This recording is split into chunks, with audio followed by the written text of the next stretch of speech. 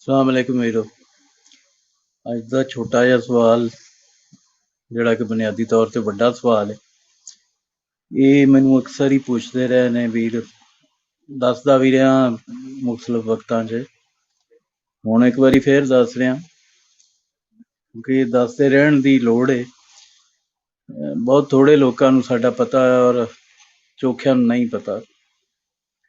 ਗੱਲ ਕੁਛ ਇੰਝ ਹੈ ਕਿ ਇਹ ਜਿਹੜਾ ਪੰਜਾਬ ਦੇ ਵਿੱਚ ਕੌਮੀ ਤੇ ਤਬਕਾਤੀ ਸਵਾਲ ਹੈ, ਇਹਨਾਂ ਦੋਵਾਂ ਦੇ ਵਿੱਚ ਵਾਲ ਬਰਾਬਰ ਵੀ ਵਿੱਥ ਨਹੀਂ। ਇਹ ਦੋਵੇਂ ਆਪਸ 'ਚ ਜੁੜੇ ਹੋਏ ਨੇ। ਇਹਨਾਂ ਨੂੰ ਆਪਰੇਸ਼ਨ ਕਰਕੇ ਤੁਸੀਂ ਵੱਢ ਤਾਂ ਸਕਦੇ ਹੋ, ਵੱਖਰਾ ਕਰ ਸਕਦੇ ਹੋ, ਉਂਝ ਫਿਤਰੀ ਤੌਰ ਤੇ ਵੱਖੋ ਵੱਖ ਨਹੀਂ ਕਰ ਸਕਦੇ।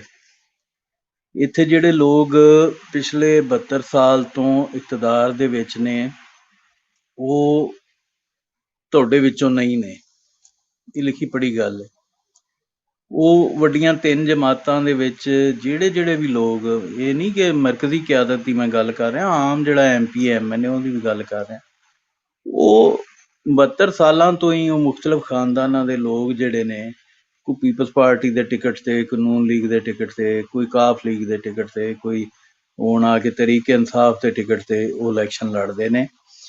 ਤੇ ਜਿਹੜਾ ਇੱਕ ਆਮ ਪੰਜਾਬੀ ਏ, ਇੱਕ ਆਮ ਪੰਜਾਬੀ ਯੂਥ ਏ, ਉਹ ਨਾ ਤਾਂ ਫੈਸਲਾ ਸਾਜ਼ੀ ਦੇ ਵਿੱਚ ਸ਼ਾਮਲ ਏ, ਨਾ ਉਹ ਇਕਤਦਾਰ ਦੇ ਵਿੱਚ ਸ਼ਰੀਕ ਏ। ਉਹ 72 ਸਾਲ ਤੋਂ ਇਕਤਦਾਰ ਤੋਂ ਬਾਹਰ ਏ। ਇਹ ਅੰਗਰੇਜ਼ ਸਾਮਰਾਜ ਦੀ ਛੱਡੀ ਜਿਹੜੀ ਅਸ਼ਰਾਫੀਆ ਸੀ, ਉਹਨੂੰ ਹੀ ਵੰਡ ਕੇ ਉਹਨਾਂ ਇਹ 3-4 ਜਮਾਤਾਂ ਦੇ ਵਿੱਚ, ਗਰੋਹਾਂ ਦੇ ਵਿੱਚ ਵੰਡ ਦਿੱਤਾ ਹੈ, ਤਾਂ ਕਿ ਆਪੋਜੀਸ਼ਨ ਵੀ ਐਸਟੈਬਲਿਸ਼ਮੈਂਟ ਦੀ ਰਵੇ ਤੇ ਹਕੂਮਤ ਵੀ ਐਸਟੈਬਲਿਸ਼ਮੈਂਟ ਦੀ ਰਵੇ। ਤੇ ਇਹ ਗ੍ਰੇਟ ਗੇਮ ਹੈ ਜਿਹਨੂੰ ਇੱਕ ਆਮ ਜਿਹੜਾ ਸਾਡਾ ਸ਼ਹਿਰੀ ਹੈ ਉਹ ਸਿਆਣ ਨਹੀਂ ਸਕ ਰਿਹਾ। ਉਹ ਬਾਰ-ਬਾਰ ਕਦੀ ਪੀਪਲਸ ਪਾਰਟੀ ਨੂੰ ਗਰੀਬਾਂ ਦੀ ਜਮਾਤ ਡਿਕਲੇਅਰ ਕਰਕੇ ਉਹਦੇ ਨਾਲ ਲੱਗ ਜਾਂਦਾ ਹੈ, ਕਦੀ ਨੂਨ ਲੀਗ ਨੂੰ ਡਿਵੈਲਪਮੈਂਟ ਦੀ ਜਮਾਤ ਡਿਕਲੇਅਰ ਕਰਕੇ ਉਹਦੇ ਪਿੱਛੇ ਲੱਗ ਜਾਂਦਾ ਹੈ ਕਿ ਜੀ ਇਹ ਤਰੱਕੀ ਕਰਵਾ ਰਹੇ ਨੇ, ਕਦੀ ਉਹ ਤਰੀਕੇ ਇਨਸਾਫ ਪਿੱਛੇ ਲੱਗ ਜਾਂਦਾ ਹੈ ਕਿ ਜੀ ਇਹ ਕਰਪਸ਼ਨ ਫਰੀ ਮੁਆਸ਼ਰਾ ਕਾਇਮ ਕਰਨਗੇ। ਲੇਕਿਨ ਹਕੀਕਤ ਇਹ ਵੇ ਕਿ ਉਹ ਤਿੰਨੇ ਹੀ ਇੱਕੋ ਕੁਛ ਨੇ ਔਰ ਤਿੰਨਾਂ ਦੇ ਵਿੱਚ ਹੀ ਉਹੀ ਇਲੈਕਟੇਬਲਸ ਨੇ, ਉਹੀ ਲੋਕ ਨੇ। ਇਹ ਜਿਹੜਾ ਆਪਣੀ ਜਮਾਤ ਬਣਾਉਣ ਦਾ ਫੈਸਲਾ ਹੈ, ਇਹ ਕੋਈ ਮਜ਼ਾਕ ਨਹੀਂ, ਇਹ ਬਲਕਿ ਮਜ਼ਾਕ ਬਣਨ ਵਾਲੀ ਗੱਲ ਹੈ। ਸੱਚੀ ਪੁੱਛੋ ਨਾ, ਮੈਨੂੰ ਅੱਜ ਆਮਿਰ ਮੀਆਂ ਦੀ ਉਹ ਗੱਲ ਯਾਦ ਆਉਂਦੀ ਵੀ ਮੇਰਾ ਇੱਕ ਬਹੁਤ 2009 'ਚ ਇੱਕ ਉਹਨਾਂ ਕਾਲਮ ਪੜ੍ਹਿਆ ਤੇ ਉਹਨਾਂ ਮੈਨੂੰ ਇਨਬਾਕਸ ਮੈਸੇਜ ਕੀਤਾ ਤੇ ਤਾਰੀਫੀ, ਤੇ ਉਹਨਾਂ ਆਖਿਆ ਵੀ ਤੁਹਾਡਾ ਕਾਲਮ ਮੈਨੂੰ ਬੜਾ ਪਸੰਦ ਆਇਆ ਤੇ ਬਸ ਇੱਕ ਮਸ਼ਵਰਾ ਹੈ ਕਿ ਜ਼ਿੰਦਗੀ 'ਚ ਕਦੀ ਝੂਠ ਨਾ ਬੋਲਿਆ ਜੀ। ਤੇ ਖਾਸ ਤੌਰ ਤੇ ਲਿਖਾਈ ਦੇ ਵਿੱਚ ਜਦੋਂ ਲਿਖੋ, ਤੇ ਮੈਂ ਉਹਦੇ 'ਚ ਝੂਠ ਤਾਂ ਰੱਬ ਮਾਫ ਕਰੇ ਕਦੀ ਵੀ ਨਹੀਂ ਬੋਲਿਆ, ਮੈਂ ਡੰਡੀ ਵੀ ਕਦੀ ਨਹੀਂ ਮਾਰੀ ਔਰ ਉਹਨਾਂ ਦੀ ਗੱਲ ਨੂੰ ਮੈਂ ਇਸੇ ਤਰ੍ਹਾਂ ਪੱਲੇ ਬੰਨ੍ਹ ਕੇ ਰੱਖਿਆ। ਔਰ ਕਦੀ ਪੰਜਾਬ ਤੁਹਾਨੂੰ ਪਤਾ ਮੇਰਾ ਇਸ਼ਕ ਹੈ, ਤੇ ਮੈਂ ਇਹਦੇ ਮਾਮਲੇ 'ਚ ਵੀ ਕਦੀ ਝੂਠ ਨਹੀਂ ਬੋਲਿਆ, ਇਹਦੇ ਮਾਮਲੇ 'ਚ ਵੀ ਕਦੀ ਮਿੱਟੀ ਪਾਉਣ ਦੀ ਕੋਸ਼ਿਸ਼ ਨਹੀਂ ਕੀਤੀ। ਜਿਹੜੀ ਗੱਲ ਹੱਕ ਸੱਚ ਹੁੰਦੀ ਉਹ ਹਮੇਸ਼ਾ ਕਰਦਾ ਵਾਂ, ਬਾਵਜੂਦ ਇਹਦੇ ਕਿ ਮੈਂ 24/7 24 ਘੰਟੇ ਤੇ 12 ਮਹੀਨੇ ਪੰਜਾਬ ਦਾ ਵਕੀਲ ਹਾਂ। ਇਹ ਜਿਹੜੀ ਮੈਂ ਗੱਲ ਕਰ ਰਿਹਾ ਕਿ ਮਜ਼ਾਕ ਬਣਨ ਵਾਲੀ ਗੱਲ ਹੁੰਦੀ ਕਿ ਜਮਾਤ ਬਣਾਉਣਾ ਇੱਕ ਲਾਫਿੰਗ ਸਟਾਕ ਬਣਨ ਦੀ ਗੱਲ ਹੈ, ਕਿ ਤੁਸੀਂ ਮਜ਼ਾਕ ਬਣ ਜਾਂਦੇ ਹੋ, ਹਾਸਾ ਬਣ ਜਾਂਦੇ ਹੋ ਲੋਕਾਂ ਵਾਸਤੇ। ਲੇਕਿਨ ਉਹ ਮੇਰੇ ਬਾਬੇ ਨੇ ਉਹ ਨੱਚ ਕੇ ਯਾਰ ਮਨਾਇਆ ਕੰਜਰੀ ਬਣ ਕੇ, ਤੇ ਸਾਡੀ ਕੀ ਔਕਾਤ ਹੈ? ਅਸੀਂ ਜੇ ਆਪਣੇ ਇਸ਼ਕ ਦੀ ਖਾਤਰ, ਆਪਣੇ ਪੰਜਾਬ ਦੀ ਖਾਤਰ ਕੰਜਰੀ ਬਣ ਕੇ ਪੰਜਾਬ ਦਾ ਕੋਈ ਭਲਾ, ਕੋਈ 9 ਬਰਾਬਰ ਭਲਾ ਵੀ ਕਰ ਜਾਈਏ ਤੇ ਕੀ ਹਰਜ ਹੈ? ਕਿੰਨੀ ਕੁ ਉਮਰ ਰਹਿ ਗਈ, ਕਿੰਨੀ ਕੁ ਹਯਾਤੀ ਬਾਕੀ ਰਹਿ ਗਈ ਕਿ ਜਿਹੜਾ ਅਸੀਂ ਕੋਈ ਹੋਰ ਤਮਾ ਕਰਨਾ ਹੈ ਦੁਨੀਆਦਾਰੇ ਦਾ? ਗੱਲ ਸਿਰਫ ਇੰਨੀ ਹੈ ਕਿ ਮੈਨੂੰ ਲੋਕਾਂ ਆਖਿਆ ਨੂਨ ਲੀਗ ਜੁਆਇਨ ਕਰ ਲਓ ਜਦੋਂ ਪੀਪਲਸ ਪਾਰਟੀ ਛੱਡੀ, ਤੇ ਸੱਚੀ ਗੱਲ ਮੈਂ ਸੋਚਿਆ ਵੀ 1-2 ਵਾਰੀ ਕਿ ਯਾਰ ਚਲੋ ਮਾੜੀ ਚੰਗੀ ਜਿਵੇਂ ਦੀ ਵੀ ਇਹਨਾਂ ਦੀ ਜਿੱਤ ਪੰਜਾਬ ਤੋਂ ਹੁੰਦੀ ਏ, ਇਹਨਾਂ ਦੇ ਲੋਕੀ ਪੰਜਾਬ ਦੇ ਨੇ, ਤੇ ਚਲੋ ਇਹ ਕਰ ਲੈਂਦੇ। ਲੇਕਿਨ ਉਹ ਗੱਲ ਇਹ ਵੇ ਕਿ ਜੇ ਅਸੀਂ ਤਬਕਾਤੀ ਸਵਾਲ ਨੂੰ ਇੱਕ ਪਾਸੇ ਰੱਖ ਵੀ ਦਈਏ, ਕਿਉਂਕਿ ਨੂਨ ਲੀਗ ਤਾਂ ਐਸੀ ਜਮਾਤ ਹੈ ਜਿਹੜੀ ਕਿ ਸਾਨੂੰ ਤਾਂ ਥਾਂ ਦੇਣ ਨੂੰ ਬਿਲਕੁਲ ਤਿਆਰ ਨਹੀਂ। ਉਹਨਾਂ ਦੇ ਦੁਕਾਨਦਾਰ, ਉਹਨਾਂ ਦੇ ਚੌਧਰੀ, ਉਹਨਾਂ ਮਿੱਥੇ ਨੇ, ਉਹ ਕਿਸੇ ਨੂੰ ਮਤਲਬ ਰੱਤੀ ਬਰਾਬਰ ਥਾਂ ਦੇਣ ਨੂੰ ਤਿਆਰ ਨਹੀਂ ਯੂਥ ਨੂੰ, ਯੰਗ ਬਲੱਡ ਨੂੰ, ਕਿ ਉਹ ਆ ਕੇ ਉਹਦੇ ਵਿੱਚ ਹਿੱਸਾ ਪਾਏ। ਲੇਕਿਨ ਚਲੋ ਅਸੀਂ ਉਹਨੂੰ ਵੀ ਕੰਪਰੋਮਾਈਜ਼ ਕਰ ਦਈਏ, ਆਪਣੀ ਯੂਥ ਦੀ ਕੁਰਬਾਨੀ ਦੇ ਦਈਏ। ਅਸੀਂ ਕਹੀਏ ਚਲੋ ਅਸੀਂ ਅੱਗੇ 72 ਸਾਲਾਂ ਤੋਂ ਬਾਹਰ ਹਾਂ, ਮਜ਼ੀਦ ਪੰਜਾਬ ਦੀ ਖਾਤਰ ਤੁਸੀਂ ਸਾਨੂੰ ਮਜ਼ੀਦ 72 ਸਾਲ ਵੀ ਬਾਹਰ ਰੱਖ ਲਓ। ਲੇਕਿਨ ਕਿਆ ਉਹ ਪੰਜਾਬ ਦਾ ਕੌਮੀ ਸਵਾਲ ਹੱਲ ਕਰਦੀ ਹੈ? ਕਿਆ ਉਹ ਪੰਜਾਬ ਦੇ ਕੌਮੀ ਸਵਾਲ ਦੇ ਉੱਤੇ ਗੱਲ ਕਰਦੀ ਜਾਂ ਕਰਨਾ ਪਸੰਦ ਵੀ ਕਰਦੀ ਹੈ? ਤੁਸੀਂ ਕੱਲ ਹੀ ਦੇਖ ਲਿਆ ਮਾਇਜ਼ਾ ਹਮੀਦ ਗੁਜਰ ਦੀ ਜਿਹੜੀ ਉਹ ਇਨਾ ਪਰਵੇਜ਼ ਬੱਟ ਦੀ ਕਰਾਰਦਾਦ, ਉਹ ਸਜਰੀ ਇਸ ਤੋਂ ਪਹਿਲੇ ਵੀ ਮਤਲਬ 35 ਸਾਲ ਦੇ ਇਕਤਦਾਰ 'ਚ ਕਦੀ ਉਹਨਾਂ ਮਾਂ ਬੋਲੀ ਦੀ ਗੱਲ ਨਹੀਂ ਕੀਤੀ। ਪਿੱਛੇ ਜਦੋਂ ਵੰਡ ਤੇ ਵੋਟਿੰਗ ਹੋਈ ਤੇ ਉਹਨਾਂ ਕਿਹਾ ਜੀ ਇੱਕ ਨਹੀਂ ਤੁਸੀਂ 2 ਵੰਡਾਂ ਕਰੋ ਪੰਜਾਬ ਦੀਆਂ। ਤੇ ਉਹਨਾਂ ਦਾ ਹਰ ਮੌਕੇ ਤੇ ਆਪਣੇ ਆਪ ਨੂੰ ਪੰਜਾਬ ਦਾ ਦੁਸ਼ਮਣ ਸਾਬਤ ਕੀਤਾ ਹੈ। ਹੁਣ ਮਤਲਬ ਕਿਸ ਬੁਨਿਆਦ ਤੇ ਨੂਨ ਲੀਗ 'ਚ ਵਾਸਤੇ ਅਸੀਂ ਕੋਈ ਸੌਫਟ ਕਾਰਨਰ ਰੱਖੀਏ, ਜਾਂ ਅਸੀਂ ਆਖੀਏ ਜਾਂ ਪੀਪਲਸ ਪਾਰਟੀ ਤੇ ਨੂਨ ਲੀਗ 'ਚ ਜਾਂ PTI 'ਚ ਫਰਕ ਕੋਈ ਦੱਸ ਦੇਵੇ, ਸਮਝਾ ਦੇਵੇ ਕਿ ਕੀ ਫਰਕ ਹੈ। ਕਿਸੇ ਇੱਕ ਗੱਲ ਦਾ ਫਰਕ ਹੈ, ਜਾਂ ਤਾਂ ਉਹ ਪੰਜਾਬ ਦੀ ਯੂਥ ਵਾਸਤੇ ਕੋਈ ਥਾਂ ਰੱਖਦੀ ਹੋਵੇ, ਨਹੀਂ ਉਹ ਵੀ ਨਹੀਂ ਰੱਖਦੀ, ਚਲੋ ਕੋਈ ਗੱਲ ਨਹੀਂ। ਉਹ ਪੰਜਾਬ ਦੀ ਵੰਡ ਦੇ ਖਿਲਾਫ ਬੋਲਦੀ ਹੋਵੇ, ਨਹੀਂ ਉਹ ਤਾਂ ਆਪ ਚਾਹੁੰਦੀ, ਉਹ ਤਾਂ ਕਰਾਰਦਾਦਾਂ ਪੇਸ਼ ਕਰਦੀ ਪਈ ਕਿ ਜੀ ਪੰਜਾਬ ਵੰਡਿਆ ਜਾਏ। ਉਹ ਪੰਜਾਬ ਦੀ ਮਾਂ ਬੋਲੀ ਤੇ ਗੱਲ ਕਰਦੀ ਹੋਵੇ, ਨਹੀਂ ਪੀਪਲਸ ਪਾਰਟੀ ਫਿਰ ਵੀ ਆਖ ਦਿੰਦੀ ਕਿ ਜੀ ਇਹ ਜਿਹੜੀਆਂ ਕੌਮੀ ਜ਼ਬਾਨਾਂ ਨੇ ਇਹਨਾਂ ਨੂੰ ਹੋਣਾ ਚਾਹੀਦਾ। ਉਹ ਕੀ ਨਾ ਸ਼ਾਜ਼ੀਆ ਮਰੀ ਨੇ ਉਹਨੇ ਕਰਾਰਦਾਦ ਵੀ ਸੈਨੇਟ 'ਚ ਜਮ੍ਹਾਂ ਕਰਾਈ ਕੌਮੀ ਜ਼ਬਾਨਾਂ ਦੀ, ਸੂਬਾਈ ਕੌਮੀ ਜ਼ਬਾਨਾਂ ਦਾ ਦਰਜਾ ਦਿੱਤਾ ਜਾਏ। ਇਹ ਉਸ ਪਾਸੇ ਵੀ ਨਹੀਂ ਆਉਂਦੇ, ਇਹ ਸਕੂਲਾਂ ਵਿੱਚ ਪੜ੍ਹਾਉਣ ਵਾਲੀ ਗੱਲ ਤੇ ਵੀ ਨਹੀਂ ਆਉਂਦੇ। ਮਤਲਬ ਇਹ ਕਿਸੇ ਤੌਰ ਵੀ ਪੰਜਾਬ ਦੀ ਨੁਮਾਇੰਦਗੀ ਦੇ ਹੱਕਦਾਰ ਨਹੀਂ ਨੇ।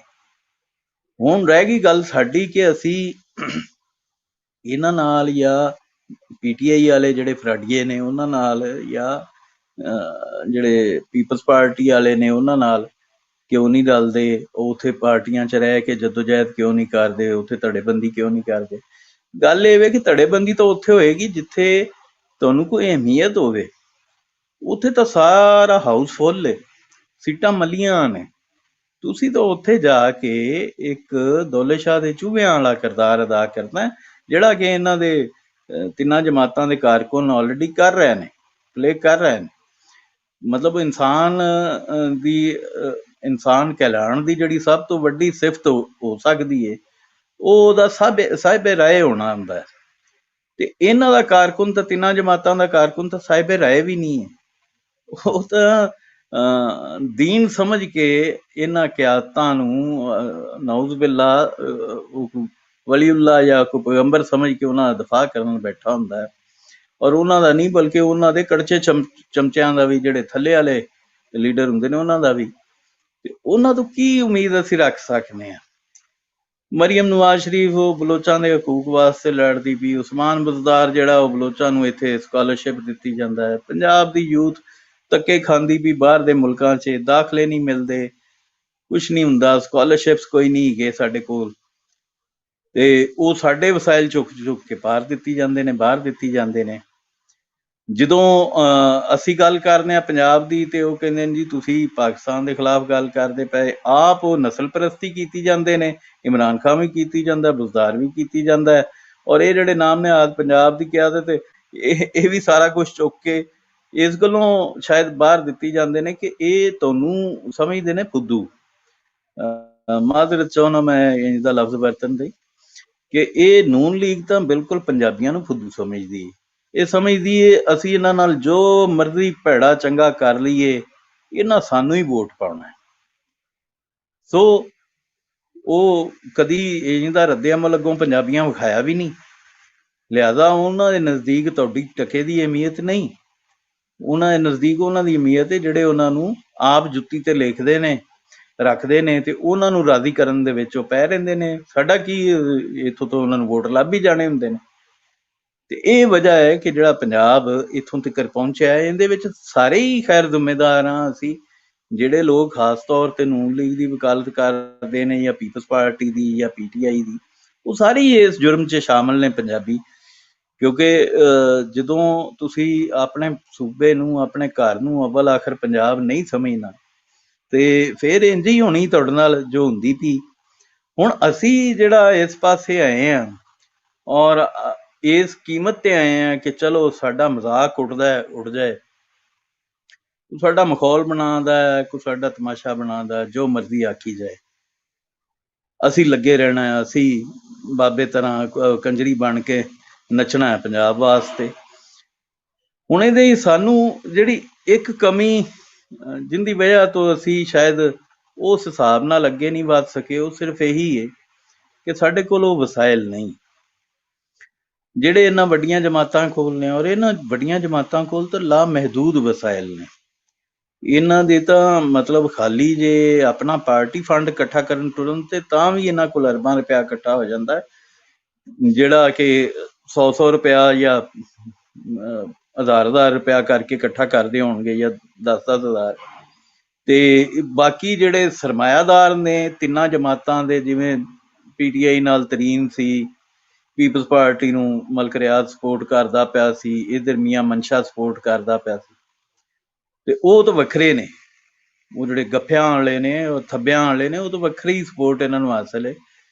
ਤੇ ਮੇਰੀ ਤਾਂ ਇਹ ਬੇਨਤੀ ਰਹੀ ਹੈ ਕਿ ਮਾੜੇ ਪੰਜਾਬੀ ਨੂੰ, ਜਿਹੜਾ ਮੇਰੇ ਵਰਗਾ ਹੀ ਹੈ, ਕਿ ਯਾਰ ਇਕੱਠੇ ਹੋ ਜਾਈਏ। ਥੋੜਾ ਥੋੜਾ ਕਤਰਾ ਕਤਰਾ ਵੀ ਦਰਿਆ ਬਣ ਜਾਂਦਾ ਹੈ।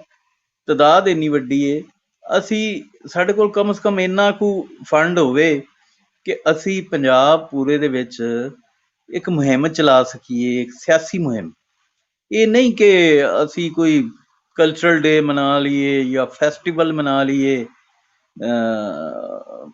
ਕਿਸੇ ਬਾਬੇ ਦਾ ਇੱਕ ਦਾ, ਤੇ ਇਹ ਕੰਮ ਤਾਂ ਸਰਕਾਰ ਕਰਦੀ ਪਈ ਹੈ। ਦੇਖੋ ਇਹ ਤਾਂ 72 ਸਾਲਾਂ ਤੋਂ ਹੋ ਰਿਹਾ, ਜ਼ਿਆਦਾ ਦੌਰ 'ਚ ਵੀ ਹੁੰਦਾ ਸੀ, ਤੇ ਉਹਦੇ ਨਾਲ ਕੋਈ ਪੰਜਾਬ ਦੀ ਕੋਈ ਹਸੀਅਤ, ਕੋਈ ਸ਼ਨਾਖਤ ਬਣ ਗਈ? ਨਹੀਂ ਬਣੀ। ਲੋਕ ਵਿਰਸੇ ਵਾਲੇ ਵੀ ਕਰਦੇ ਨੇ, ਸਰਕਾਰੀ ਕਵਰ 'ਚ ਹੈ। ਇੱਥੇ ਹੁਣ ਪਿਲਾਕ ਵੀ ਖੁੱਲ ਗਿਆ, ਇਸ ਤੋਂ ਪਹਿਲੇ ਅਲਮਰਾ 'ਚ ਹੁੰਦੇ ਸੀ, ਇਸਲਾਮਾਬਾਦ ਲੋਕ ਵਿਰਸੇ 'ਚ ਉਹ ਕਰਾਉਂਦੇ ਸਨ। ਤੇ ਉਹਨਾਂ ਦਾ ਕੀ ਨਤੀਜਾ ਕੀ? ਉਹ ਕੁਛ ਵੀ ਨਹੀਂ। ਇਹਨਾਂ ਚੀਜ਼ਾਂ ਨਾਲ ਹਾਸਲ ਵਸੂਲ ਹੀ ਕੁਛ ਨਹੀਂ। ਇਹ ਤਾਂ ਤੈਅਸ਼ੁਦਾ ਹਕੀਕਤ ਹੈ ਕਿ ਜੇ ਪੰਜਾਬ ਨੂੰ ਸ਼ਨਾਖਤ ਚਾਹੀਦੀ ਹੈ, ਜੇ ਪੰਜਾਬੀ ਨੂੰ ਇੱਜ਼ਤ ਚਾਹੀਦੀ ਹੈ, ਪੰਜਾਬੀ ਯੂਥ ਨੂੰ ਜਾਂ ਆਮ ਪੰਜਾਬੀ ਨੂੰ ਇੱਜ਼ਤ ਚਾਹੀਦੀ ਹੈ, ਕਿ ਜਿਹੜੀ ਕਿ ਉਹਨੂੰ ਦੂਜੇ ਸੂਬਿਆਂ 'ਚ, ਤਿੰਨਾਂ ਸੂਬਿਆਂ 'ਚ ਜਾ ਕੇ ਨਹੀਂ ਲੱਭਦੀ, ਤੇ ਫਿਰ ਉਹਨੂੰ ਇਸ ਪਾਸੇ ਆਉਣਾ ਪੈਣਾ ਔਰ ਉਹਦੇ 'ਚ ਉਹਨੂੰ ਸਾਡਾ ਸਾਥ ਦੇਣਾ ਪੈਣਾ, ਬਜਾਏ ਇਸ ਦੇ ਕਿ ਉਹ ਥਾਂ ਥਾਂ ਧੱਕੇ ਖਾਂਦਾ ਫਿਰੇ ਔਰ ਇਹਨਾਂ ਦੀ ਚਮਚਾਗਿਰੀ ਕਰਦਾ ਰਵੇ ਔਰ ਦੂਜਿਆਂ ਤੋਂ ਗੱਲਾਂ ਸੁਣਦਾ ਰਵੇ, ਆਪਣਿਆਂ ਵਾਸਤੇ ਵੀ, ਆਪਣੇ ਬਜ਼ੁਰਗਾਂ ਵਾਸਤੇ ਵੀ, ਔਰ ਆਪਣੇ ਪੰਜਾਬ ਵਾਸਤੇ ਵੀ, ਔਰ ਆਪਣੀ ਮਾਂ ਬੋਲੀ ਵਾਸਤੇ ਵੀ। ਤੇ ਇਹ ਇੱਕ ਵੇ ਫਾਰਵਰਡ ਹੈ ਸਾਡੇ ਕੋਲ, ਸਿਰਫ ਇੱਕੋ ਹੀ ਕਿ ਅਸੀਂ ਨਾਲ ਲੱਗਣ ਵੀਰ, ਅਸੀਂ ਕਲੈਕਟਿਵਲੀ ਇੰਨਾ ਕੁ ਮਤਲਬ ਇਕੱਠਾ ਕਰ ਲਈਏ ਕਿ ਅਸੀਂ ਪੰਜਾਬ ਦੇ ਲੈਵਲ ਤੇ ਕੋਈ ਤਹਿਰੀਕ ਚਲਾ ਸਕੀਏ, ਇੰਜ ਦੀ ਐਕਟੀਵਿਟੀ ਕਰ ਸਕੀਏ ਕਿ ਜਿਹੜੀ ਸਿਆਸੀ ਤੌਰ ਤੇ ਇੰਪੈਕਟ ਹੋਵੇ, ਜਿੰਦਾ ਇਹ ਇਕਤਦਾਰ ਦੇ ਭੁੱਖੇ ਧਰਤੀ ਫਰੋਸ਼ ਸਿਆਸਤਦਾਨਾਂ ਨੂੰ, ਤਿੰਨਾਂ ਜਮਾਤਾਂ ਦੇ ਸਣੇ ਇਹਨਾਂ ਦੇ MP MNA, ਉਹਨਾਂ ਨੂੰ ਭਾਰ ਹੋਵੇ ਕਿ ਹਾਂ ਜੇ ਹੁਣ ਇੰਜ ਕਰਾਂਗੇ ਤੇ ਇਹ 62% ਢੱਗਿਆਂ ਦੀ ਅਕਸਰੀਅਤ ਜਿਹੜੀ ਹੈ ਹੁਣ ਇਹ ਸਾਡੇ ਆਖੇ 'ਚ ਨਹੀਂ ਆਉਣ ਲੱਗੀ, ਔਰ ਇਹ ਫਿਰ ਆਪਣਾ ਸੋਚੇਗੀ। ਔਰ ਤੁਸੀਂ ਸੋਚੋ ਕਿ ਕੀ ਮਾੜੀ ਗੱਲ ਹੈ ਜੇ ਸਾਡੀ ਪੜ੍ਹੀ ਲਿਖੀ ਯੂਥ ਜਿਹੜੀ ਲੇਬਰ ਕਰਦੀ ਫਿਰਦੀ ਬਾਹਰ ਦੇ ਮੁਲਕਾਂ 'ਚ, ਉਹ ਅਗਰ ਇਕਤਦਾਰ 'ਚ ਆ ਜਾਏ ਔਰ ਇਹ ਚੌਧਰੀ ਬਦਲੇ ਜਾਣ ਜਿਹੜੇ ਕਿ 72 ਸਾਲਾਂ ਤੋਂ ਮੁਸੱਲਤ ਨੇ ਸਾਡੇ ਤੇ ਹਰ ਬਰਾਦਰੀ ਦੇ, ਤੇ ਇਹਦੇ 'ਚ ਕਿਹੜੀ ਬੁਰਾਈ ਹੈ? ਉਹ ਵੱਡੇ ਰੱਬ ਦੇ ਬਣਾਏ ਨੇ, ਇਹ ਅਸੀਂ ਸਾਰੇ ਨਿੱਕੇ ਰੱਬ ਦੇ ਬਣਾਏ ਆ, ਇੱਕੋ ਹੀ ਰੱਬ ਹੈ ਬਣਾਉਣ ਵਾਲਾ ਸਾਰਿਆਂ ਦਾ। ਤੇ ਕੀ ਅਰਜੇ ਜੇ ਇਹ ਗੋਰਿਆਂ ਦੇ ਛੱਡੇ ਗੁਲਾਮ ਇਹਨਾਂ ਨੂੰ ਅਸੀਂ ਢਾ ਲਈਏ? ਔਰ ਐਨ ਮੁਮਕਿਨ ਹੈ, ਜਮਹੂਰੀਅਤ ਨਿਜ਼ਾਮ ਐਸਾ ਹੈ, ਐਨ ਮੁਮਕਿਨ ਹੈ, ਸਿਰਫ ਸਾਡੀ ਆਵਾਜ਼ ਲੋਕਾਂ ਤੱਕ ਅਪੜਨ ਦੀ ਦੇਰ ਹੈ। ਅਸੀਂ ਪਿੰਡ ਪਿੰਡ ਥਾਂ ਥਾਂ ਜਾ ਕੇ ਔਨ ਗਰਾਊਂਡ ਐਕਟੀਵਿਟੀ ਜਿਸ ਦਿਨ ਕਰਨ ਦੇ ਲਾਇਕ ਹੋ ਗਏ, ਉਸ ਦਿਨ ਤੁਸੀਂ ਵੇਖੋਗੇ ਦਿਨਾਂ ਦੇ ਵਿੱਚ ਜਮਾਤ ਖੜੀ ਹੋਏਗੀ ਔਰ ਇਥੋਂ ਪੰਜਾਬ ਸਵੀਪ ਕਰਕੇ ਵਿਖਾਏਗੀ, ਕਿਉਂਕਿ ਇਹਨਾਂ ਕੋਲ ਤਾਂ ਜਵਾਬ ਹੀ ਕੋਈ ਨਹੀਂ ਵੋਟ ਲੈਣ ਦਾ। ਪੰਜਾਬ ਦੇ ਵਿੱਚ ਰਹਿੰਦਿਆਂ ਇਹਨਾਂ ਕੋਲ ਪੰਜਾਬੀਆਂ ਕੋਲੋਂ ਵੋਟ ਲੈਣ ਦਾ ਜਵਾਬ ਹੀ ਕੋਈ ਨਹੀਂ ਕਿ ਇਹ ਦੱਸ ਸਕਣਗੇ ਹਾਂ ਜੀ ਸਾਨੂੰ ਇਸ ਪਾਰੋਂ ਵੋਟ ਦਿਓ। ਕੋਈ ਵਜ੍ਹਾ ਨਹੀਂ। ਜੇ ਉਹ ਮੋਟਰਵੇਜ਼ ਬਣਾਈਆਂ, ਉਹ ਠੇਕੇ ਖਾਦੇ, ਤੇ ਉਹਨਾਂ ਦਾ